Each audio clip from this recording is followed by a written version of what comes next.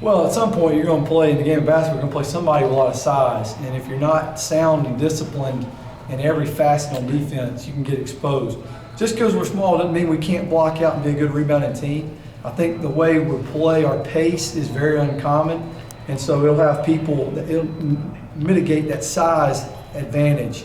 We have a lot of team speed. And we're going to press people from the time they get in off the bus to the time they get back on the bus. And so I think those are ways that you can, get around some of that size. Well, in an effort to keep the expectations down, I'll undersell us. But I really like my team, I'll be honest with you. We have a lot of returners. We got several key seniors, point guards back from a year ago. We were probably a year away last year and ended up doing a little bit better than I thought. That experience will pay dividends for these guys. We just look like an older team, and we're not very big. We don't have a guy over 6'3" on the roster, but our guard play is very strong. We're more athletic, and they early on in the preseason, they have a little bit of an it factor. They like to compete, and when you like to compete and you're not worried about results, good things typically happen.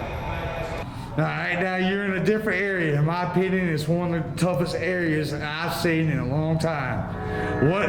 What challenges may you face just getting out of an area with Albertville, Sparkman, and Grissom?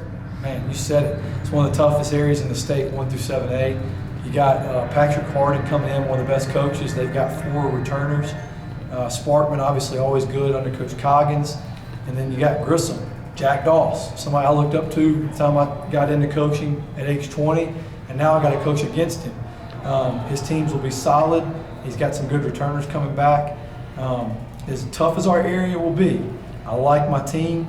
I think that we're seasoned. We got a lot of experience, and I can go down swinging with these guys. Absolutely, man. They make my job a lot easier, and I'm not as stressed out when you're on the floor.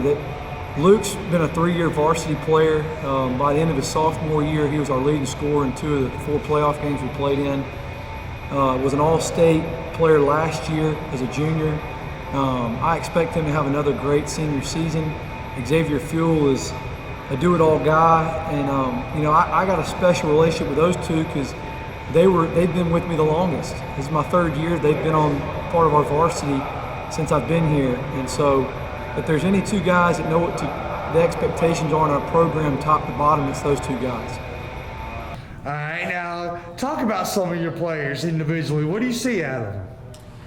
Well, the strength of our team is going to be our guard play. And, if you look at our roster, there's about 12 guys that have G next to their name. And then there's 1 guy that has an F next to his name. There's no C's on the roster. So we got a lot of guards. We got a lot of guys that can dribble, pass, shoot, make plays off the bounce. But it's going to start and end with these 2. Luke and Xavier have been around for 3 years. They're special to me for that reason. Luke was one of our leading scorers down the stretch in the playoffs his 10th grade year, all-state player his junior year. Xavier really stepped it up last year and took his game to a whole other level second half of last season. And so if we have success this year, it'll be because of what these 2 guys do. Yeah, we talk about playing to a standard and not playing game to game and results oriented, and that's kind of a fad. A lot of coaches like to talk about it, but rarely enforced, and it's a daily thing. I just killed our guys in practice 30 minutes ago about playing to a standard, and so when you got 2 guys like that, they literally hold everybody else to the standard. And then our young guys, it's easier to get our younger guys on board with that when they see Luke and Xavier not take plays off, when they see Luke and Xavier playing as hard as they did, no matter what the circumstances are, regardless of the school board. That allows our younger players to get better. And so they're leaders in our program, no doubt.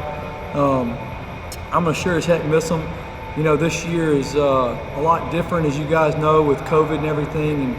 And, I pray all the time that our seniors get to experience their senior year this year. I think about those guys a lot. And I'm very thankful for them. I'm glad to be their coach. And I'm glad that we're here today, that we're getting to move forward with basketball season. Throughout the preseason, we put in the work on and off the track with him killing us out there, making us tougher, making us become dogs, and just put a bunch of skill work in to get better. Yeah, preseason, It was tough with quarantine and all that stuff, but when we finally got into doing stuff, we were out on the track, doing all that. We had the indoor.